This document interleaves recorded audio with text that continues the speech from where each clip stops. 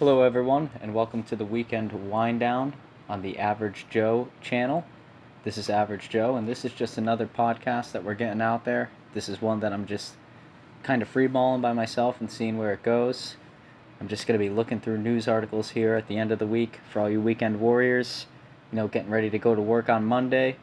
I'm just going to be looking through stuff and trying to lighten the mood with some news that really is irrelevant at best and try to make it entertaining for you. So I'm just scrolling through YouTube now. The first one I'm seeing here is people across the U.S. report CenturyLink internet outage. Company says connection is repaired, but when I look at the map, it's like only in Florida, so I don't know what's going on there. It's across the world. Yeah. We got Breaking Bad. Bryan Cranston speak out on Walter White's future. I'm not sure if Bryan Cranston himself has seen the end of Breaking Bad, but I have one or two guesses as to what happens to Walter White, unless he's talking about Better Call Saul, which is a really good show, but Walter White's future, I think, is kind of predetermined before that, so yeah, it's kind of an interesting take. There's a whole bunch of stuff on marijuana legalization. Ooh, let's see. COVID-19 hits the University of Alabama hard with 1,200 students now infected. As I was scrolling through here, I saw something that was listing that they had a COVID vaccine that was coming out here soon, or it was along those lines, or they started treating it better. But I don't know. Somebody was asking me if they had a COVID vaccine, would I take it? My kind of thought was, you know how when Ford or Chevy comes out with a new kind of car or a new model every couple years, when that model's introduced, it's like the first 5,000 cars that were manufactured need a new transmission, or the wheel wells aren't really set up right, or the car just catches on fire for some reason. That's what I'm kind of thinking of this whole we rushed out a vaccine, now you should go and get it. Like, people, you know, they could be growing through their arms or getting polio, or we could be looking at the zombie epidemic. Like, it's really, I don't know if I trust something like that. Um, yeah, I mean, right now the news is horrible. But with that being said, there is a bunch of dumb stuff out there and a bunch of smart stuff. It looks like Elon Musk has put a chip inside a pig's head. I remember seeing that somewhere. Let me try and type it up. Just search up Elon Musk here real quick. Elon Musk. Okay, we'll search up a topic here. Yeah, here it is. Fitbit in your skull. Brain chip demonstration on a pig. Huh.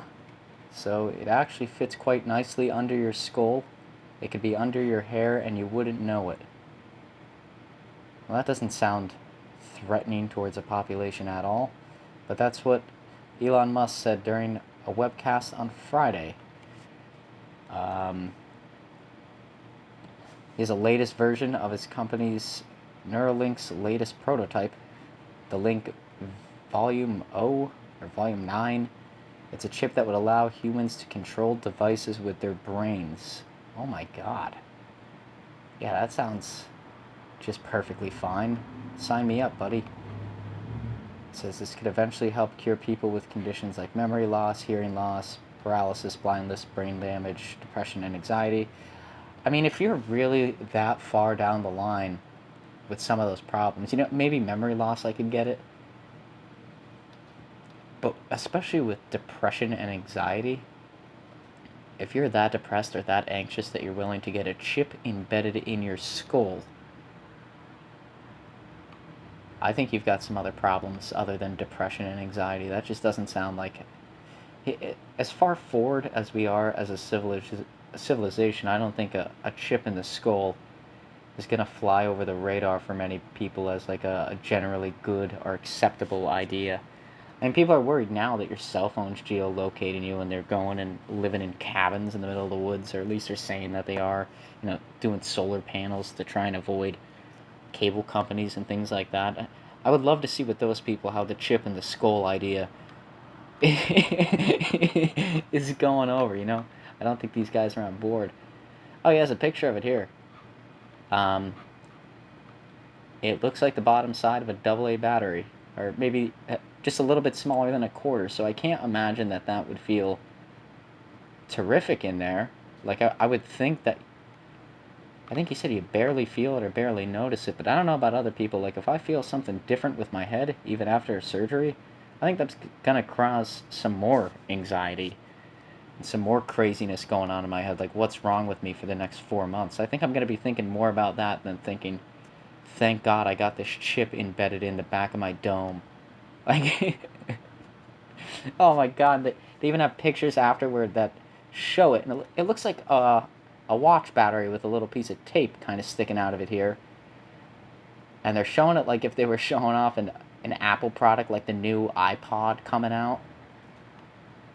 He says it's a lot more complicated than this, but a simplified version is the kind of like a Fitbit in your brain with tiny wires. Well, that sounds great. Yeah, it's, let's see, the company's currently working towards human trials. I'm sure those are gonna go off without a hitch. They're pending some approvals. FDA has designated the prototype as a breakthrough device. Wow, that is scary. A breakthrough device. Like in the same classification as like the internet. This is like the next big, you can control things with your brain. Yeah, and the CEO says the Volume 9 here is about 100 times better than the most similar device that's currently available. I don't know what device is currently available that you can get embedded in the back of your head and just be perfectly sane. Like, that's, who writes that off as a good idea? If the electrodes are inserted very carefully, there's no bleeding. Yeah, very, very carefully. Remember, like one time I was in wood shop and I was trying to make, this is a long time ago, but I was trying to make a curve that in theory should have broken the bandsaw. And I remember I went and I asked my teacher how I should make that curve, and that's what he replied with, very carefully. So that kind of sounds like this, like yeah, we might be able to do it, but it's like a 1 in a million, you know. Best of luck to you. Hope your brain isn't completely destroyed after this. See, they have another pig, Dorothy, was shown during the presentation. This pig had the chip put in and then removed, which Musk says proves removal would allow a patient to still be healthy afterward. Yeah, healthy, but not like completely messed up in the brain. Like, you can't ask a pig if it's feeling more depressed than it was a couple of days ago. I mean, they have the brain activity down here, and they're doing the reading on the brain, but what does that even mean on a pig? And yeah, I'm not going with this one.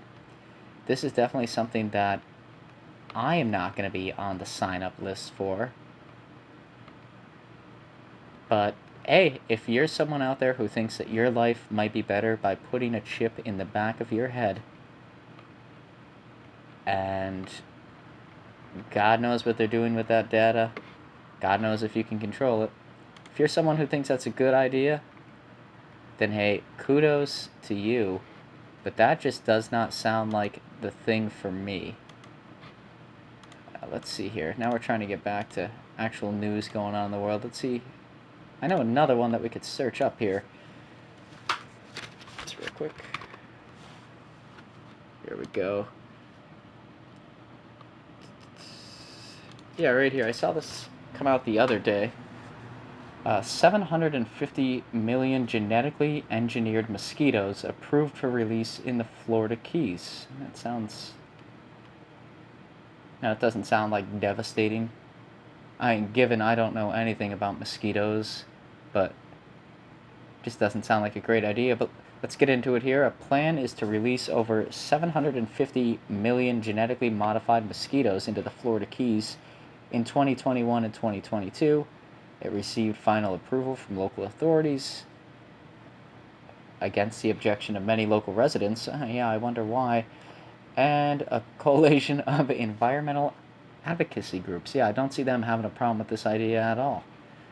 The proposal had already won the state and federal approval. Wow, yeah, that's something. With the urgent crisis facing our nation and the United States of Florida, and the state of Florida. Sorry, I'm terrible at reading, and I'm even worse doing it on a microphone here, but we're bearing with it.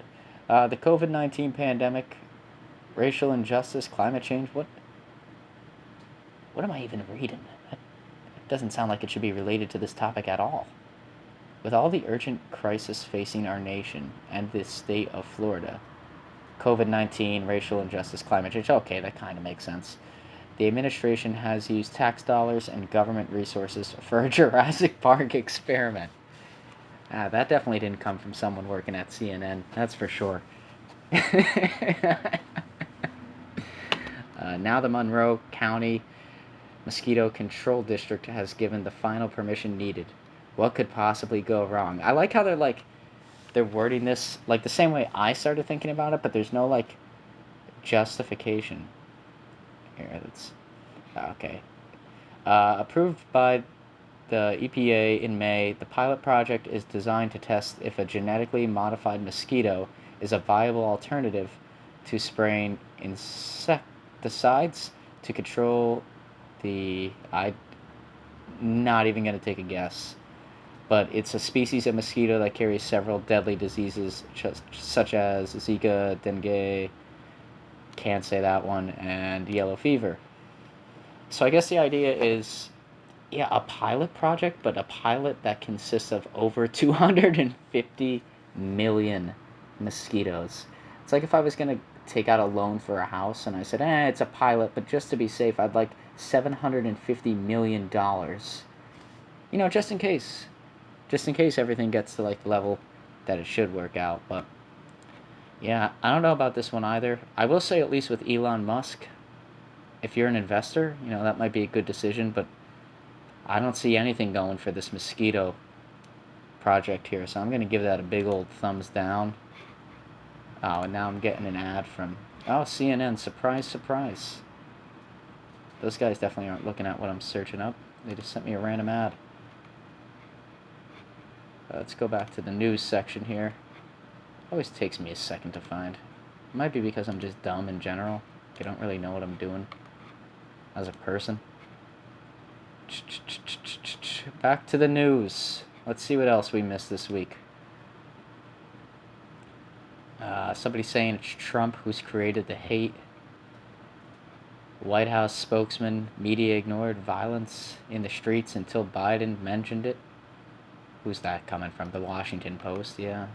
Those guys always know what they're talking about. The White House says Trump's still planning to visit Kenosha after governor urges him to reconsider.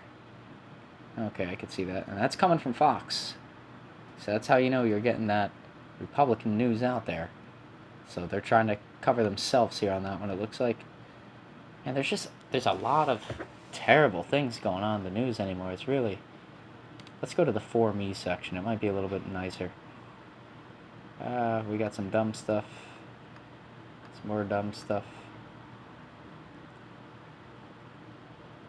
Joe Rogan has his new colorful lighting setup at a new Texas podcast studio. I'm not sure if any of you have seen that. Probably most of you. If you like podcasts, you're probably watching his podcast, but his podcast setup is looking pretty spectacular. It's pretty remarkable. What is this? A modder crams Nintendo Wii into a handheld Game Boy Color. That sounds pretty neat. Let me make sure the news is still open. Yeah, okay. I want to be able to get back to it pretty quick. It's getting pretty annoying. So this guy, he made a Wii Boy Color. That's what it looks like here. See if we can get photos working, but I'm pretty dumb, so probably not. But it looks like he has a... It looks like an old school Game Boy Color with a remote somehow sync to it. And it looks like you could play games like Mario Kart Wii, Super Mario Galaxy. That's pretty awesome, man. Let's see if we can get some recognition for this guy here. Ginger of Mods. Of course. Ginger of Mods. You did a good job. I don't know why you chose the name Ginger of Mods. If anybody has any idea out there why someone would choose that name as the name that they're going to publish this, like not like uh, John Brown or something like Lucas or Aaron, something that sounds like a real human's name. But Ginger of Mods kind of sounds like Bill Burr or somebody like that has been working secretly in his basement over the pandemic and was able to pull this off. So I'm not necessarily saying that's a bad thing, but it's definitely something interesting. I just lit up a cigar here to end the weekend. I hope all of you have the chance to light up a cigar as well. We got the Goodfella part Madonna was up for, went to a future Sopranos star. I don't know that I really care about that story. Daisy Ridley couldn't get a job after Star Wars The Rise of Skywalker, and she's quoted saying, "No one wants to employ me." I'm going to click on this one. I really wonder if it's because those movies were terrible and completely ruined the series, but let's get into it here. This last one in the Skywalker saga, which is incredible in its own right that they could call it that. It introduced a lot of new fans to the franchise, brought back some similar faces, very few of them, and jump-started a new era of Star Wars content. Yeah, probably the most ridiculous. Like, I liked it better when Jar Jar Binks was supposed to be a Sith Lord. This is... Now fans have The Mandalorian, which is superior in every way to any of those new movies, and they finally got the final season of the Clone Wars. I wasn't into that, but you Star Wars guys out there, you got the final season of the Clone Wars. I heard it was pretty dang good, and if I ever get a Disney Plus membership, it's the one thing I'm going to watch on there for sure. Despite all that success that is associated with it, Daisy Ridley couldn't get a job after the final film. I don't think the success should really be attached to those movies as much as it should be attached to the franchise as a whole. The franchise, Star Wars, great. Those last 3 movies were kind of terrible and were just made because they knew that they could get people in there. Of course, they've got a picture up here of her just looking like... And she's looking kind of happy, but, looking like she's looking for a job. Rise of Skywalker brought an end to this trilogy and part of Daisy Ridley's life. Yeah, that could be said. I guess it also did the same for, like, Mark Hamill, though, right? And he was doing fine after, and that's because the movies didn't suck that Mark Hamill was in. Like, that wasn't the end of his career. Is that one of them that he's going to be the most known for? Probably. But the guy was still able to live afterward. And you know why? That's because he made a good 3 movies. He was in 3 solid movies. If you sign off on something just to get the money out of it, and you're not worried about the actual quality of the content. I say that as I'm making, like, the most no budget, no preparation kind of podcast here. Like, even the one that I put in the middle of the week has better prep into it than this one. But if you're going to be in a film that just is terrible, then this is going to happen to you, unless you're like Sam L. Jackson. That's like the only way you're going to get back into it. But let's see. They had the original cast in there. It also introduced viewers to Rey, an orphan from a desert planet, finding her powers, much like Anakin Skywalker. She wasn't really an orphan.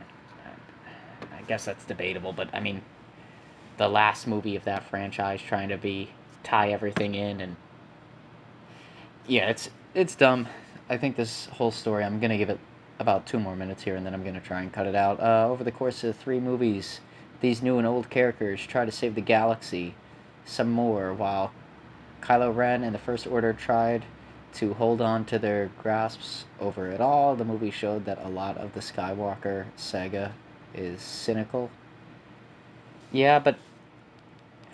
And as much as Anakin Skywalker didn't have really any reason to be upset in Star Wars 2 or 3, besides the death of his mom, but I mean, he didn't have to, and I kill the women and the children. Like, that part definitely didn't need to be in there.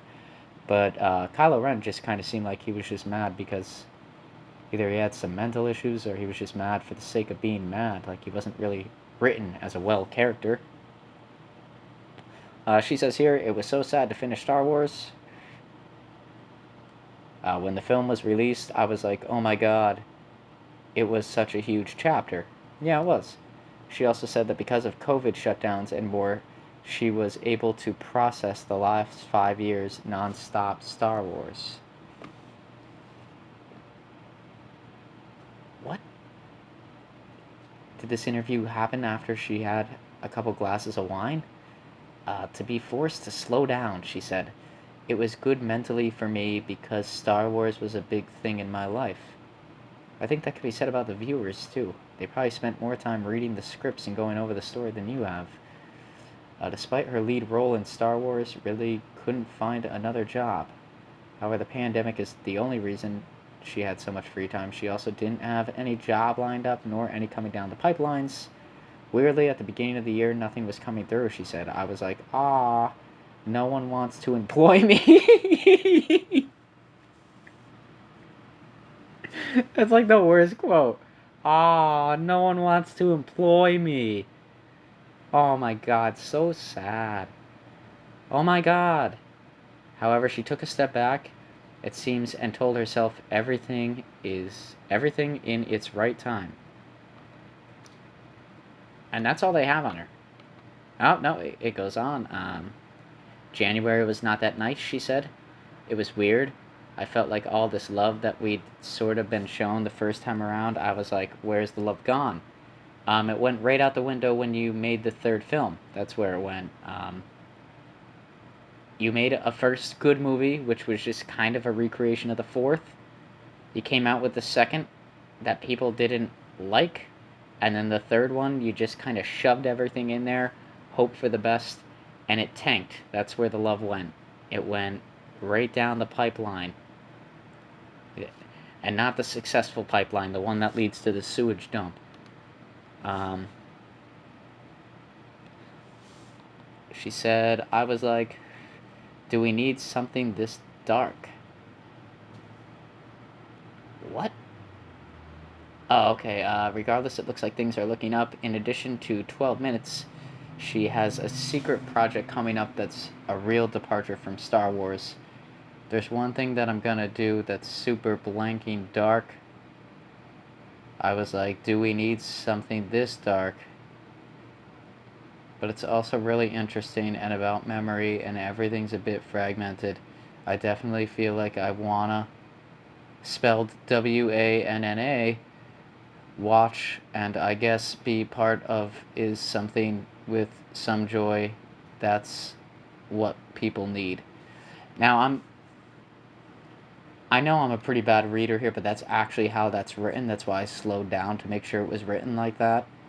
Um, Whoever wrote this kind of sounds like they're 13 years old, and they got like the worst possible quotes. Like they just kind of piece them together. I don't even know what this last little bit. It sounds like she's working on something, and it's super dark. And then this last quote she has is just kind of all over the place. So yeah, I don't know what to make of that. We're gonna go back to the news because that was definitely something not worth reading. Jackass star Steve-O was once offered his own VH1 dating show. That's very interesting. I'd like to read that, but just given the last story I read about a star, I'm going to say that this article is probably not going to be all that interesting, and Steve-O has probably written about it once or twice and probably wrapped up this whole story in 2 minutes. So I don't think it's worth the read. Parents on TikTok mock people with disabilities. I'm sorry. Parents on TikTok mock people with disabilities for the new teacher challenge. These women are reclaiming their images. I don't get how those two things go together at all. Take this with a grain of salt. I am seeing CNN is the publishing on it. I would go into it, but the mock people with disabilities for the new teacher challenge kind of sounds just a little bit like this podcast could get taken down on its first run. So I don't think that's really worth it. Yeah, I'm gonna look through a couple here, and then I'm gonna call it. Let's see. Gordon Ramsay and wife announce major news during family time to Cornwall. Well, why can't the news be in there? At least like one or two words. Like just saying major news definitely does not make me want to click on that. That's like the worst thing. See right here, David Blaine postpones helium balloon flight, relocates stunt from NYC to Arizona. That's what we're clicking on, and that's what we're ending the podcast here with. Let's check this one out. And this one is from, I can't recognize that logo, which probably makes me sound like an idiot. NBC. NBC, I can't recognize your logo. Sorry. David Blaine nixed his plan to float over the Hudson River from New Jersey to New York City strapped to a bunch of helium balloons, blaming logistical challenges. Now, why do I find that hard to believe? And I almost kind of say that quite seriously. I mean, it's David Blaine. You think he's got this stuff down. Instead of the magician and performer, he's going to attempt to perform the stunt, which is being bankrolled by YouTube as an original live streaming special, which I'm sure you don't have to pay for, more than 2,000 miles away in Arizona. He's got a cool picture here and a video. If you want to check out the video, he is at David Blaine on Twitter. It looks like it's posted. So if you want to check out that video, it's there. It's got him. The background kind of looks like Tatooine based off of the photo, and he's kind of wearing the glasses that the guy who plays the Doctor character in Jurassic Park 1 wears. I always forget that guy's name, but that guy is a legend. He goes on to say, because of the complexity of this project, I'm not going forward with my plans to do New York City at this time, Blaine said in a video announcement that changed Sunday. The groundbreaking R&D flight, in which he'll try to fly as high in the air as possible, suspended by only balloons, will now happen in Arizona, he said, which is the most beautiful backdrop that I've ever seen in my life. I did get a chance to see this picture. I'm not sure where I saw it originally. It might have been the Joe Rogan podcast, but if you haven't seen the picture for this, it's pretty spectacular. His goal is to ascend some 18,000 feet, dear God, around 3.4 miles into the air above the desert in Arizona, borne aloft by 52 weather balloons. Oh my God.